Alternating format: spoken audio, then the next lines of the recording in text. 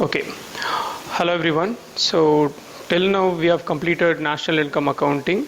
So now we will move to the next topic, that is money, banking and finance.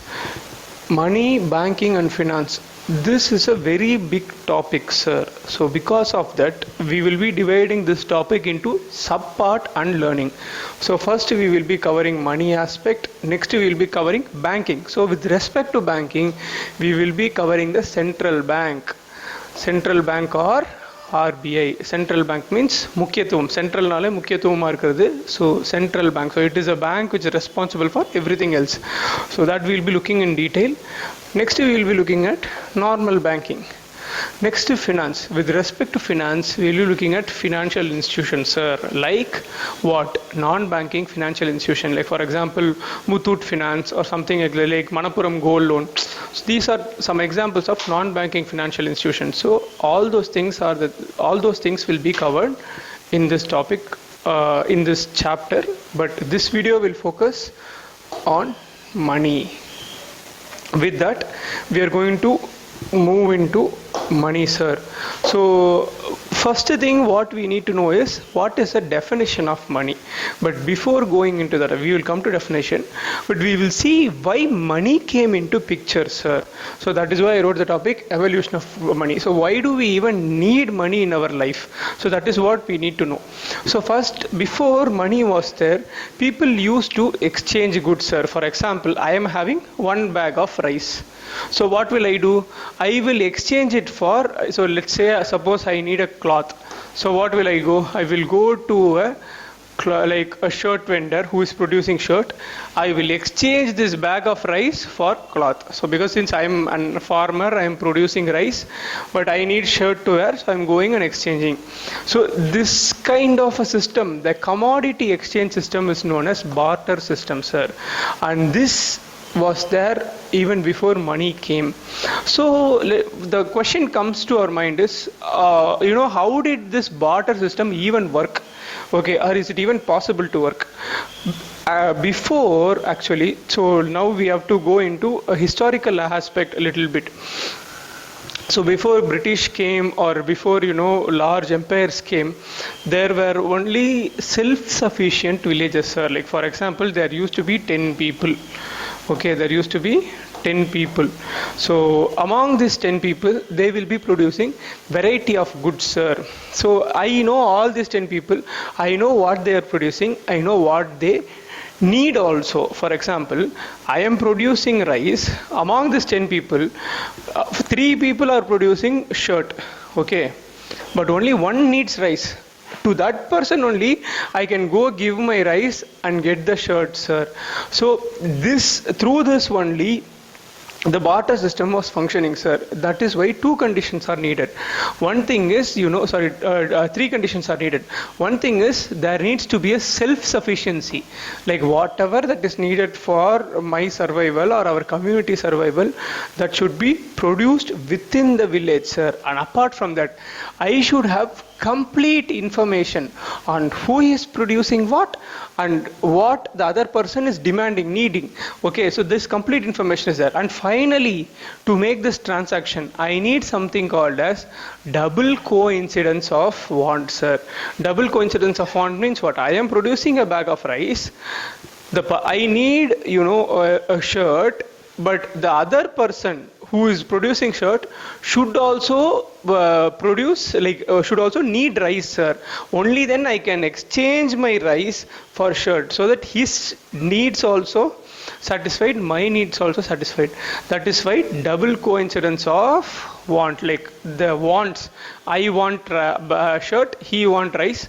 The double coincidence, like both should coincide, sir. As I always say, in the first lecture itself, whenever some definition comes in economics or some terms come in economics, to understand that you just need to split the word. So similarly, if you split the word, coincidence means rendu onnu serradhu, but double coincidence means onnoda aasayum ennoda aasayum onnu serudhu.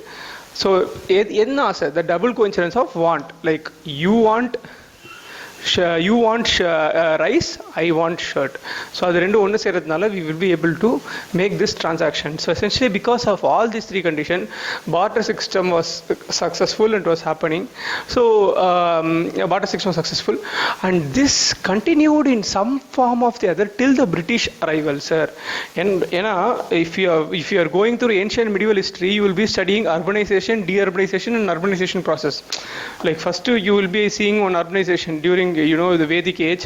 Next வந்து பாத்தீங்கன்னா Harsha period la you will be starting deurbanization. So அப்ப என்னன்னா the people started going for self sufficient villages. So all those things are they are producing within the villages also. So that kind of process happened. So in some form of the other, barter system continued. Money didn't come, but only during the British period what happened?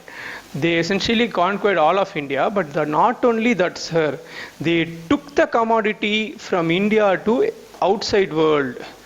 Like essentially India became an open economy, so we started to trade a lot. So now you see the economy is becoming bigger and it is becoming more and more complex, sir. So what will happen if my economy becomes complex? So let's say like now my economy is large, there are like instead of 10 people there are 1,000 people. That means what, sir? I am no more self-sufficient. So for example, in my area the soil is fertile, so all will be producing only rice, but where will we go for cloth? Difficult. So that means from some other area, from some other unknown person it will come. So again the word unknown person, that means I am not having complete information, sir. So that means once I don't have complete information, I also will not know whether the double coincidence of want is there or not. So because of all this creating issue only, people brought a new commodity, that is money, sir. So that means what? So finally what will happen is, if I want once I produce some bag of rice, what will I do? I will go to a market, I will sell that rice to the market, and I will get cash, sir. So once I get the cash, what will I do? So I have this cash. Now this cash is readily acceptable among all. That is money. This money is readily acceptable. So next I will be going to a cloth store and I will be buying my cloth, whatever needed cloth. So that is how money came into picture. So essentially what did money gave value, for whatever value, like whatever commodity we are having, it gave some value, and it gave the guarantee that like you are selling this much rice and the value of this rice is 2 rupees per kg, and this 2 rupees you can go use it anywhere and buy commodities. Okay, so that is the guarantee it gave, and it also through this it facilitated the exchange of goods, sir. That is why money is known as medium of exchange. So medium of exchange is one of the crudest definition, but now we will be looking at definition of money through its function, sir. So essentially I've written a list of functions. So whenever if someone asks what does money means, essentially if anything which satisfies all this function, then it can be called as money. It need not be a rupee, it need not be it can be anything else. That application part we'll look at through examples, but let's understand each condition first. First thing is, it should be a medium of exchange. That means what? It should help me buy some commodity or facilitate selling of the commodities I produce. So through that, what it is doing, sir, it is eliminating all the three things which is needed: the double coincidence of wants, complete information, self-sufficiency. All those things are not needed. Now for example, India is there, we are having money, so that means everything is not produced within Tamil Nadu. Maybe Tamil Nadu will produce cars, okay, but if I want woolen sweater or some hoodie, what will I do? I will get it from Kashmir. Okay, so here I am not self-sufficient. I don't have the complete information about that person producing. All I want to know is I am selling car and I am getting money, and this money I am using. Once I know the price, I will use and get some sweaters, sir. So this essentially it eliminates all the hurdles of the barter system and facilitates a larger scale or a larger trade or a larger economy smooth functioning of the larger economy, sir. So that is with respect to medium of exchange. So next important thing is, it is also Unit of account. So what does one mean by unit of account, sir? Before understanding unit of account, we need to understand something called a store of value, because through this only we will be understanding unit of account, deferred payment, etc. So what is store of value? First we'll understand. Let's say I'm a tomato producer. So I have produced 1 kg of tomato in my farm. So I'm having this has some value, right? But the thing is, as day passes, what will happen, sir? This tomato will reduce or perish and lose value. So that means my wealth will decrease by just staying idle. So all my efforts will go in vain. So essentially what will I do? So once I have produced my tomato, I will take it to market and convert it to money. Okay, I will get some rupees, like some currency or paper. Then I will store it in my house. So that is not going to degrade in value, sir. So essentially store of value, what will do? So it will help store my value for a long duration. So that means I can save value. Finally, it provides for saving for the future, sir. Okay, so through this what we are doing, so that means I am started accumulating wealth. So through this what it is also acting as a unit of account, sir. Unit of account means through that, see, I am getting some value and I am also able to measure that value. Like say, like I am getting 100 rupees for a 1 kg of tomato. So tomorrow, I am also adding, like tomorrow I am also producing another 1 kg of tomato, I am getting 100 rupees. So I can now say, because money exists, I can say that my wealth has doubled, sir, from 100 to 200 it went. So I am finally able to measure all my values. Just imagine this situation in a barter system, what will happen? So I will say that I am having 2 bags of rice, 3 bags of wheat and 1 horse. So tomorrow if I am having 1 more horse and 2 bags of rice, etc., like can I say it's doubled or tripled? You can never say unless until you fix a value to each. So that is what money is saying. It is helping us to fix a value. Through that it is also it is happening. It is also a store of value, and it is also fixing value for each commodity, and it is also helping us, acting as a unit of account, measuring our wealth. So that is with respect to store of value and unit of account. And next important thing, since it is acting as a store of value for a longer duration, it can also help us make deferred payments. Deferred payment means, see, let's say I am a tomato producer again. So I am producing some tomato. I am saying that I am having this much kg of tomato. With this tomato, you give me 1 lakh loan. I will pay after, after 1 year. I am saying that I will sell this for this tomato is my wealth. I will sell it later and give you this 1 lakh rupees. What will that person say? This tomato 2 நாள்ல அழுவி போய்டும். அதை வச்சு எப்படி என்னோட காசை கொடுக்க போற? Question வரும். Because the tomato will rot. How will you pay for that amount? So that means because it is storing, that money thing which is acting as money, it should be stable and it should hold that value for a longer duration. So only then you can do deferred payments. So what does it do? So since my money holds value for longer duration, I can, through my wealth, I can pay later. Like I can buy some commodity, pay after 1 month, 2 months, etc. So all those things I will be able to do, sir. And last and most important thing, I will be able to distribute by national income. So this helps solve the indivisibility problem, sir. So first thing, let's take example. Let's say this is a jackfruit. My whole economy is producing this jackfruit. Like let's say, like there are 3-4 people. We are producing jackfruit. Okay, 1 jackfruit.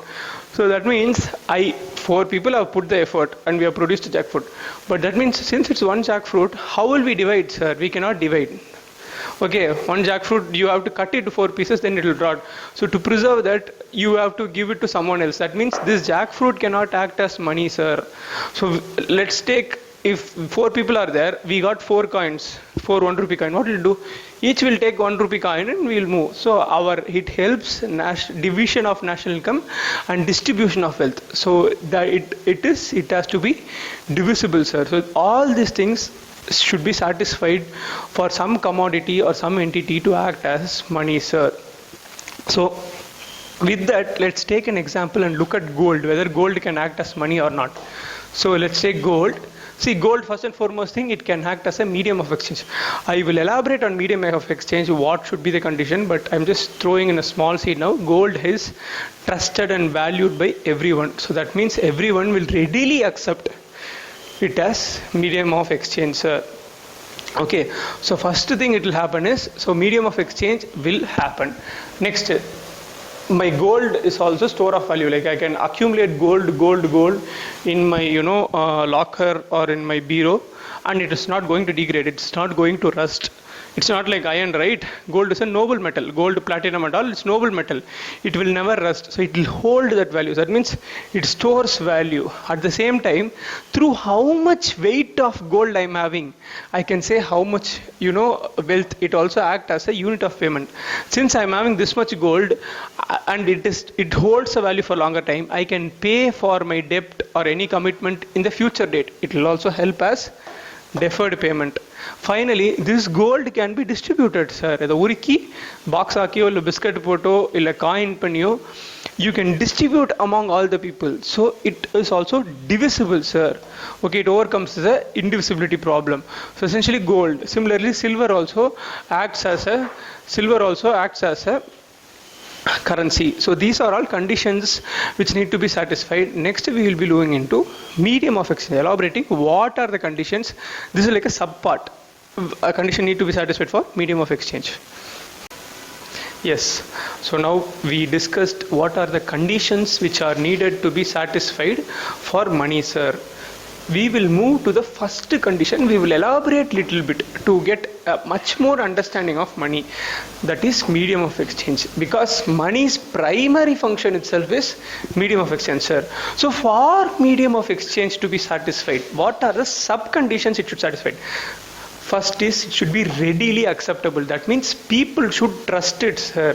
People should trust the system. So when will that happen? So that will happen only when it will be difficult to counterfeit. So when my money cannot be replicated. So that means people will start starting. That means there is a limited value, there is a limited currency.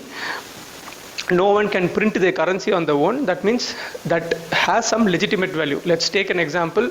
We are all having 100 rupees notes. Like I'm having 100 rupees. Like the person next to me, like let's say there's this water bottle as person 2. He is also having 100 rupees. Like suppose if there is no government, there is no RBI, there is nobody, we are allowed to print our currency, means I will print as much as I want. Like I will print extra 400 rupees notebook and make my value as 500. He will print extra 400 rupees and he will make his value as 500. So what will essentially happen? So I am having, so does this, like I am having more money, but does this mean my wealth is increasing? That is the question here. Okay, so is my wealth increasing? Because let's say we are having, earlier I had 100 rupees, he had 100 rupees. The commodity in the economy is this pen. So we both are demanding for this pen. What will you say? I am having 100 rupees. I am willing to pay for this pen 100 rupees. He is also competing saying 100 rupees. So essentially we both are demanding, like giving same price. So more or less this price will be 100 rupees. Like if anyone who is willing to pay 101, for them this pen will go. Now what is happening? So the wealth of the economy, already we saw in GDP, right? The wealth of the economy, wealth of the thing is produced by, decided by the quantity, rather than not by price increase. There only we explained the concept of inflation. We have just thrown in the seeds of inflation in the GDP chapter itself, saying that inflation is just nothing but price rise. In simple terms, price rise. While dealing in inflation, we will be dealing in that topic length and breadth, but right now we can just keep inflation as price rise in our mind. So but that if price is increasing, that is not going to increase any value, sir, because only one pen, if it is 100 rupees or 10 rupees or whatever, I don't care, because it's only one pen. That means my value is same. Just because price is increasing, the value is not going to change. Okay, it is only pen. So now I am having 500 rupees. Second scenario, this water bottle is second person, he is also having 500 rupees.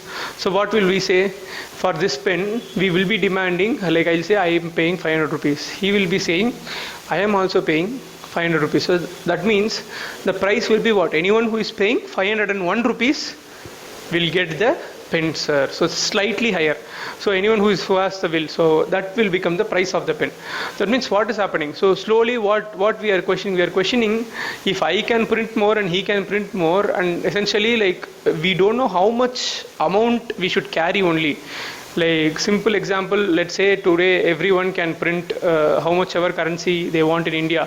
Like then you will not know tomorrow what will be the price of tomato or potato, because today the demand is so much. With this much money the demand is so much, so that the price of tomato will be 10 rupees. Because tomorrow everybody is printing extra money, the price of tomato may be 20 rupees or 30 rupees or even 100 rupees or 1000 rupees or 1500, 10,000. So that depends on inflation, price rise. As money increases in economy, the demand for commodities will be more, but the supply remains the same. What will happen? When the supply remains the same, demand is more, price will automatically shoot up. Then when price is abruptly rising in an uncontrolled manner, what will happen? People will lose trust in the system, sir. That is why what is happening. It should be difficult to counterfeit. I should not be able to produce extra notes. So that is why government will monopolize the production. That is why color note adicha police pudichu poiduvaanga. Purida illana everybody has a scanner and printer at their home. They will print and keep rupees. Purida they have, to ensure that counterfeiting does not happen. The notes have a security feature. They have certain quality. They are printed only in certain presses. So all those things. This government monopoly helps bring the trust, sir, and it also helps avoid the inflation. More than inflation, the better word here will be hyperinflation. அதாவது ரொம்ப அதிக price rise. புரியுதா? ரொம்ப அதிகமான விலைவாசி உயர்வு. புரியுதா? So அதுதான் பார்த்தீங்கன்னா we are trying to avoid here. And we looked at already one example saying that gold can act as a currency. Now take the example of gold. See, gold is already readily acceptable. And you cannot counterfeit gold, sir. Wherever it is producing, everybody knows that gold is valuable.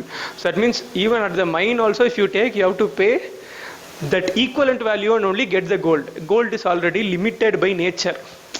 புரியுதா? So அதுவே நேச்சரில் லிமிட்டடாக இருக்கும்போது ஆட்டோமேட்டிக்காக ஒன்றால் like you cannot go into lab and fix 2 chemicals and create gold. இல்லை அந்த மாதிரி you can't do.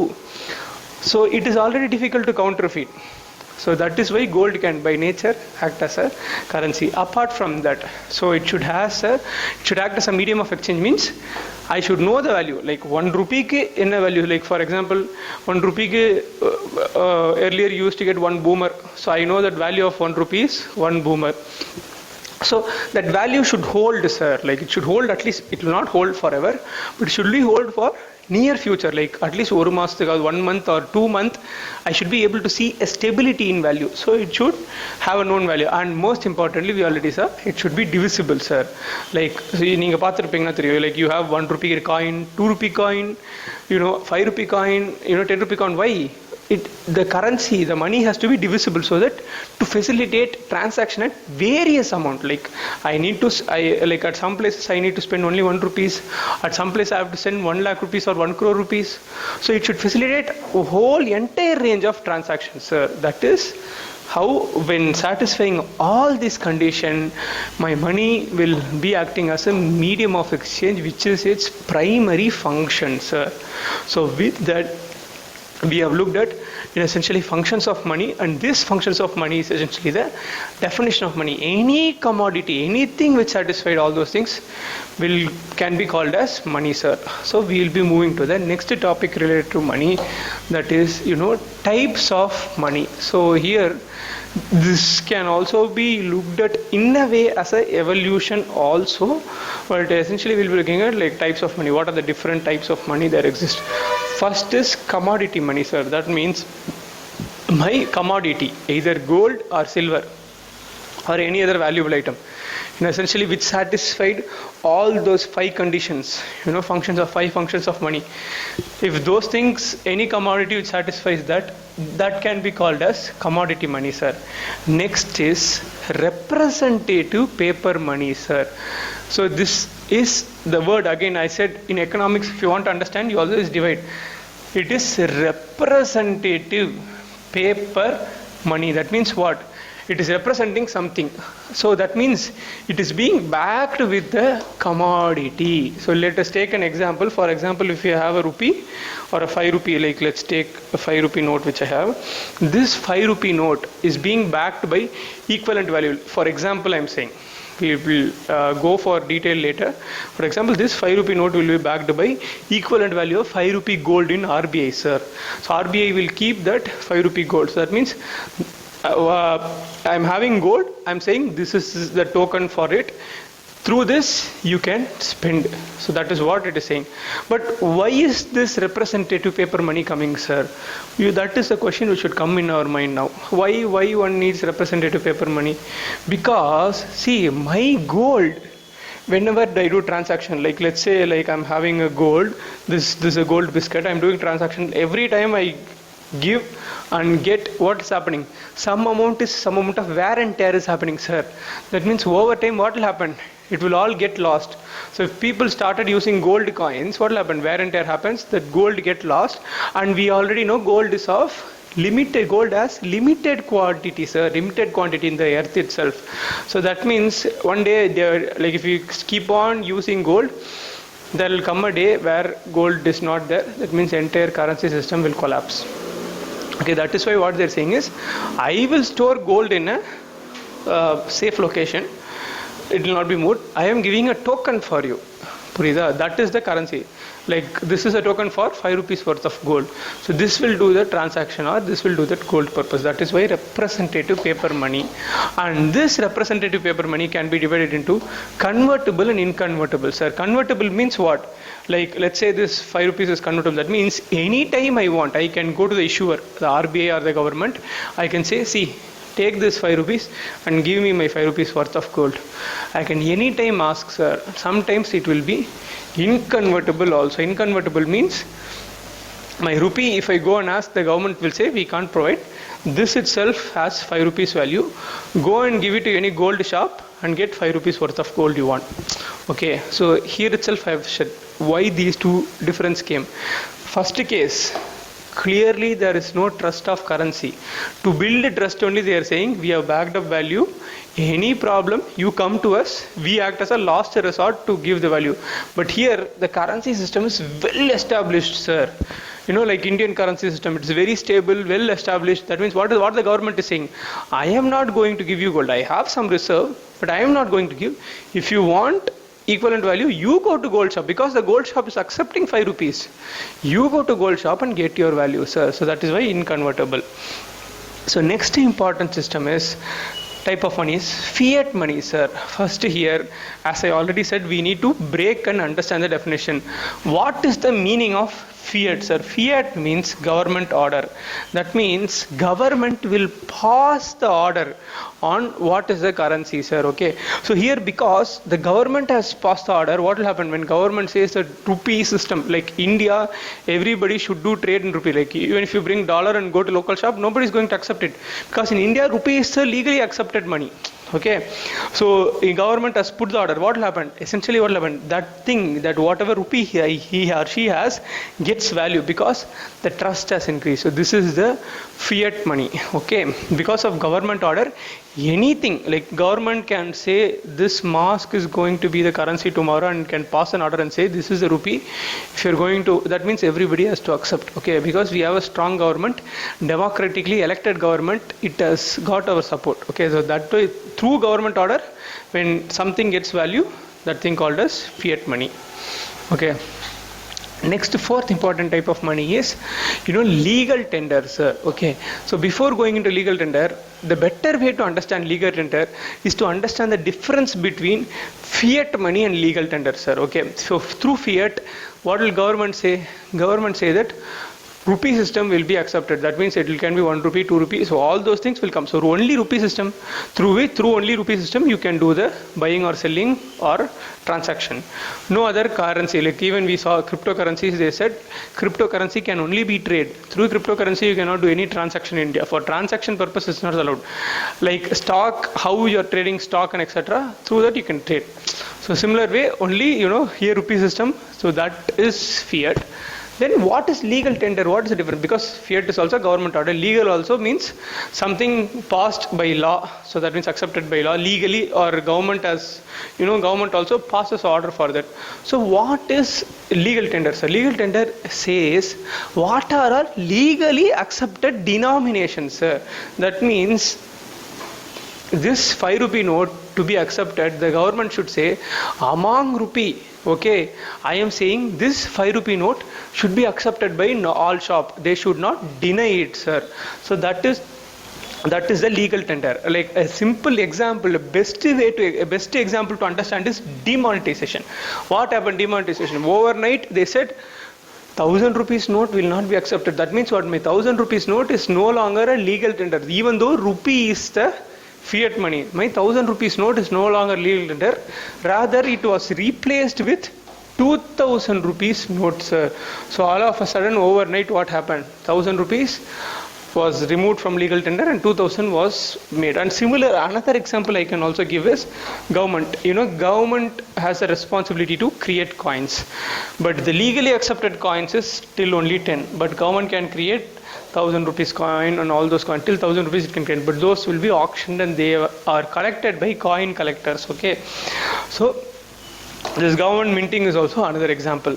So essentially the definition, definition of legal tender is forms of currency which is legally accepted for transaction, debt, etc. So finally, through this difference we understood what is legal tender. So next we will move to the next type of money, which is token money. We have simply sometime, when we said that, this when gold and rupee will be changed, I used a word called as token there itself, like representative paper money lay, we used a word called token. Token means very simple, sir. I have some value, some commodity, intrinsic value. Intrinsic value means value within that commodity. Like gold has value within itself because it is valued. The gold does not get value from outside. I am having some value for that. For the gold I am issuing 5 rupees. Okay, but this 5 rupees this is simply paper, sir. What, this will be 50 paise, even less than that, probably quarter paise, 25 paise.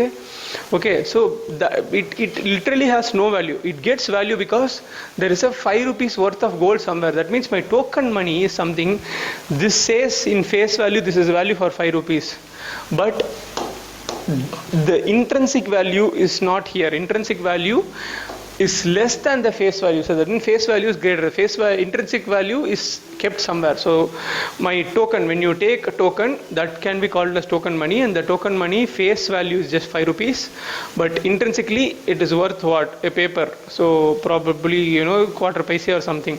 So something like that. So it is not even worth it. So 0 rupees. So that means any currency or any money where my face value is greater than intrinsic value, it is called as token money. Similarly, there is something called as full-bodied money. This is exactly opposite. Like you can say coins also sometimes, but even coins also does not matter. Like you can take the example of gold. Like let's say I'm having 1 gram of gold coin. What is the value, sir? The value of that is from 2000 rupees or 3000 rupees. What is the gram gold value, whatever is going on? That will be the value of that gold coins, sir.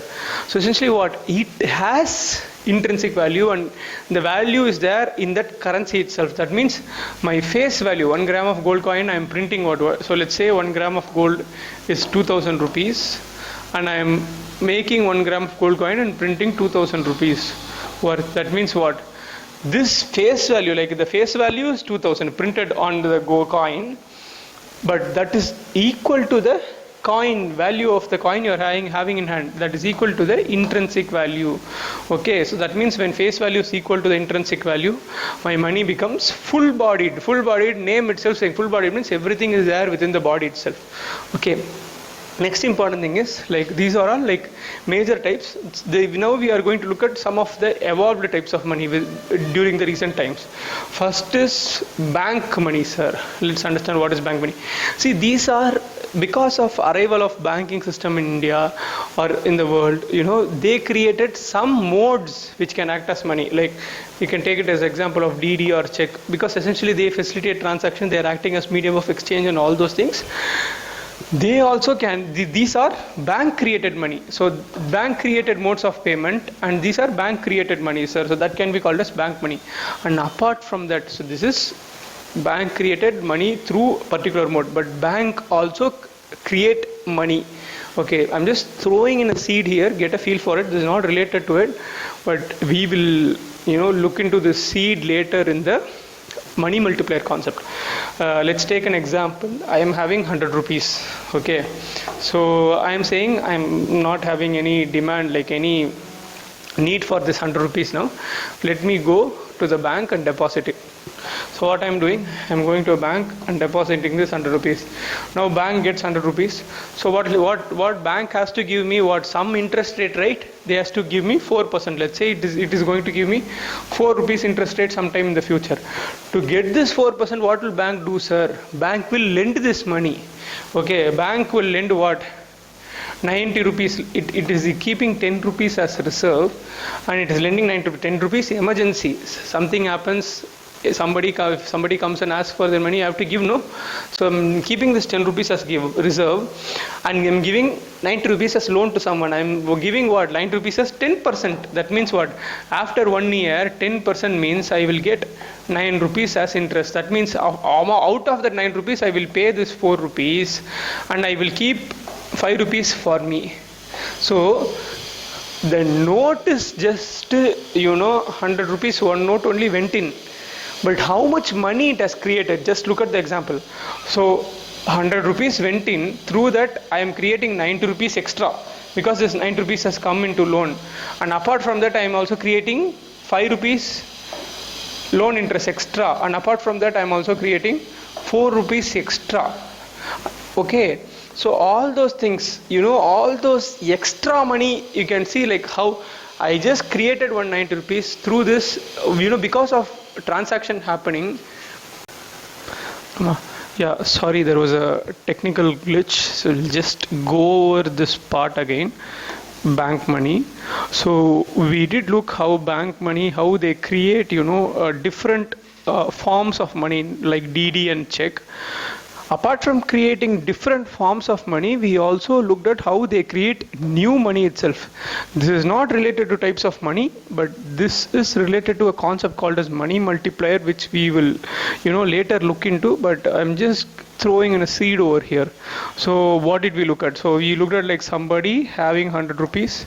So he decided to save. So he went to bank and he gave 90 rupees, like he gave that 100 rupees into bank. And what did bank do? Bank kept that 90 rupees, bank lent that 90 rupees and kept that 10 rupees as reserve. Okay, so this thing went as a loan, sir.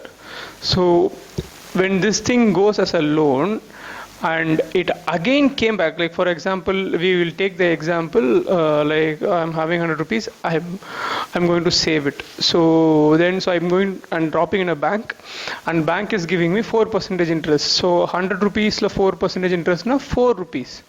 Okay.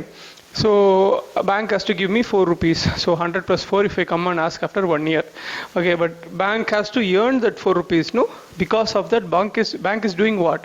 It is keeping some reserve for emergency. Or 10 rupees emergency kaga like yaravadhu vandu ketta kudukiradhukku to meet some demands, and giving a rest, as what, a loan 90 rupees. And this 90 rupees they are charging 10%, sir. So that means what?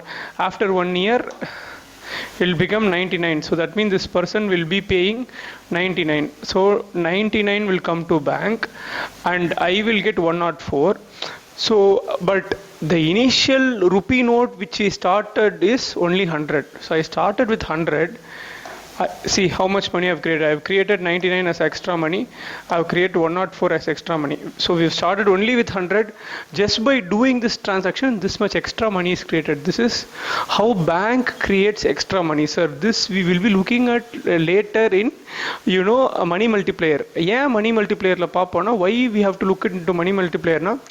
if Reserve Bank infuses some money, that is not the amount by which actually money supply will increase. Money supply will increase by multiple fold. Like Reserve Bank is just printing 100 rupees and giving me 100 rupees means my money in the economy will increase by more than 100 rupees. Like it will be like 150 rupees or 200 rupees, sir.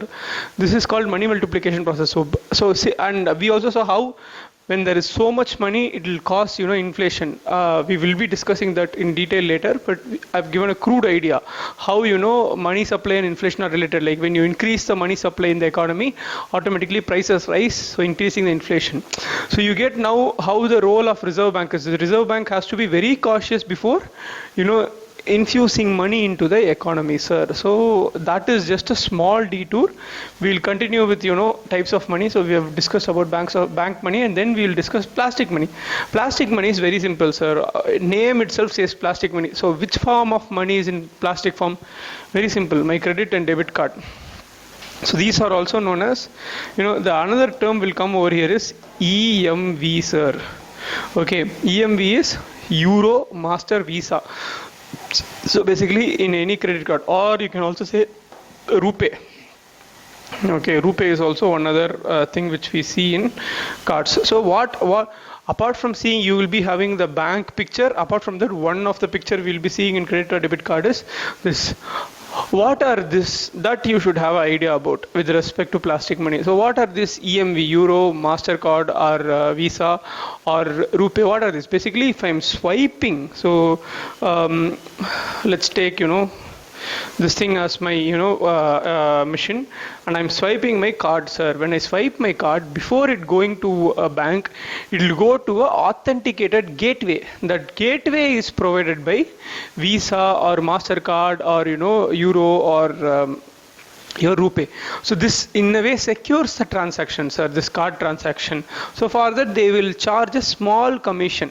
Okay, that is called as merchant discount rate, MDR, which has been asked in prelims already. Okay, so these are all types of money which we have completed, and now this is general. Like apart from looking at as types of money, we can also see it as evolution of money, how money came from full bodied money till we are looking at plastic money and all. Now we will look at India related evolution, what has happened, sir. So in that we will be looking at three systems. One is full reserve system, proportional reserve system, and minimum reserve system. So we'll have the understanding of full reserve system first. See, the name itself says full reserve system. That means what? How much ever money I am infusing, sir, how many notes I am supplying to the economy, that much value, either in form of gold or something, I will keep as a backup, sir. That is what is known as full reserve system. And this is generally used in countries where the trust is low, like Zimbabwe or some other country where there is a hyperinflation, where prices keep on rising, where there is no value for the currency. Then they will keep sufficient backup like this to give trust, to build trust in this currency. And this was never adopted in India, sir. We directly moved to proportional reserve system. And what is proportional reserve system, sir? Already name itself again says proportional reserve system. Proportion means what? I am having, so let's say this pen is the amount of currency is there in the economy. Some proportion of it I am taking as a reserve, sir. That means like this portion I am taking as a reserve. So like let's say like 10%, it can be 20%, 30%. That means if my currency increased by 100 rupees, I will take, like if there is a 10% reserve, means I keep only 10 rupees as a reserve, sir. This is proportional reserve system, and it was there in economy like India, sir. Like when 1934 RBI started even before independence itself. It was a British era. Then after that it got autonomy post independence. That we'll be looking in RBI. But in 1934 when it was started, 40% was kept as reserve, sir, and it was kept in the form of gold and sterling bond. Bond is again a term which we will be looking at in capital markets class. Okay, not now. A simple understanding of bond is, it is an instrument where you get returns.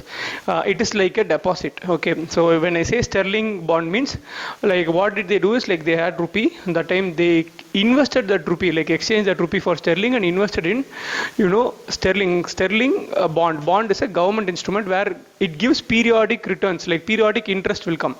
Okay, so what they do, like they have 100 rupees, they convert it into, like let's say 100 rupees, 1 sterling pound is equal to 100 rupees, so they convert it into 1 pound, and that 1 sterling pound was invested into 1 bond, and that bond gave interest rate. Apart from interest rate, it also gives principals. So principal, interest rate, etc. You should have studied in CSAT. So both, like this is to ensure that the value is kept preserved, because reserve, the whole point of having reserve is to preserve the value of the currency. So apart from gold intrinsically has value. So apart from, they also give sterling bond. So this was done there because British that time was, they were colonizing whole of the world. So, sterling was a widely accepted and trusted currency. So that's why, apart from gold, we also looked into sterling bond. And one more reason was, since British were also colonizing us, we have to invest in sterling bond, no other way. That you will understand when I explain the concept of bond. You have to wait for fiscal class and then capital market class, because it is related to government, government expenditure or government getting loan, and then bond as a concept you will understand in capital markets. With that, we'll move to minimum reserve system. See, this is what is in reality mostly today. Minimum reserve, again, the name itself says minimum reserve system. So that means that regardless of the currency I have, I will maintain certain reserves, sir. Now we maintain, like post 1950, we are maintaining what, 500 crores, 515 crores as reserve. So this is the minimum reserve system, sir. Nothing much. So this is just, like when the currency has, a high trust, and so basic, and apart from that, we cannot increase the reserve, sir. I cannot keep on accumulating gold. Let's say if you are still following proportional reserve system, I have to keep 40% of my money as gold. But gold is limited as a reserve. So where will I go? So since it's also practically not possible to maintain so much reserve, so most of the currencies, as it evolves and as it gains trust, people slowly move to minimum reserve system. And from 1950, we have been having minimum reserve system, sir.